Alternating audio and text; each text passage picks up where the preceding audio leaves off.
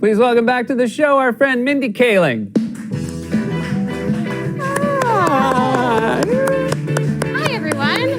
It's great to see you. Welcome back. It's so good to be here. This is so nice. It is so nice. Now, in her defense, there was no studio audience here, but I just thought that the visual of her coming out to no reaction was fucking hilarious. Now, this interview took place about 1.5 years ago, so I figured it'd be interesting, knowing what we know now about Velma, to go back and hear what Mindy had to say about the show and about the fans back then.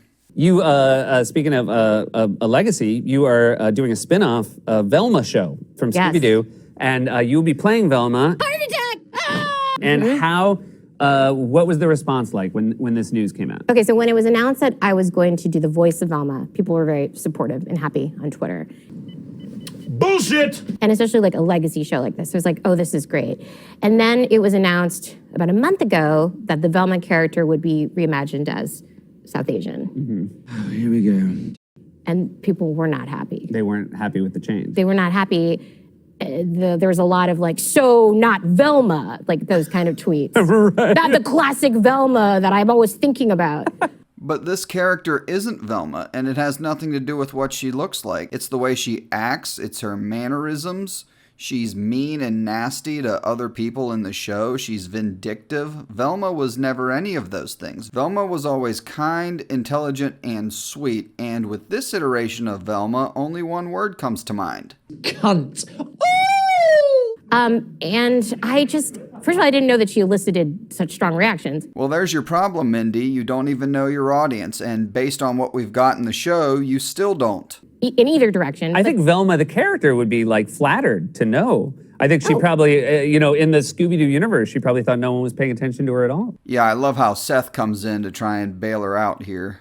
Well, it's like, she's such a great character. She's so smart. And I just couldn't understand how... She watched Frontline. Why do I get the feeling that if there were an audience, they'd be as silent as it is now without one? How people couldn't imagine a really smart, nerdy girl with terrible eyesight and who loved to solve mysteries could not be Indian. Right. Like, there are Indian nerds. So go make that show, Mindy. Why does it have to be a Scooby-Doo/Velma series?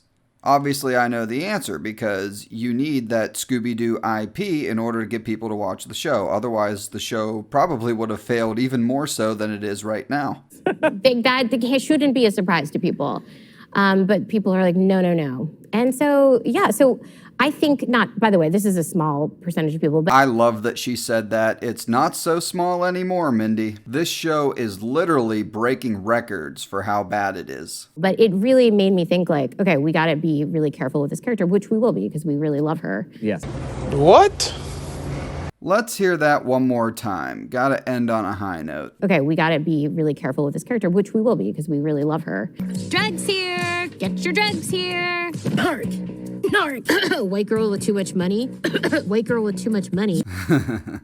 Mindy, that statement definitely didn't hold up too well. Now, I doubt that we're going to see Mindy conducting any future interviews about this show, considering the overwhelmingly negative reaction to it. However, if she does, I will definitely be there. Thanks for watching, and if you enjoyed this video, please leave a like. I have more Velma content on the way, so make sure you subscribe to the channel as well.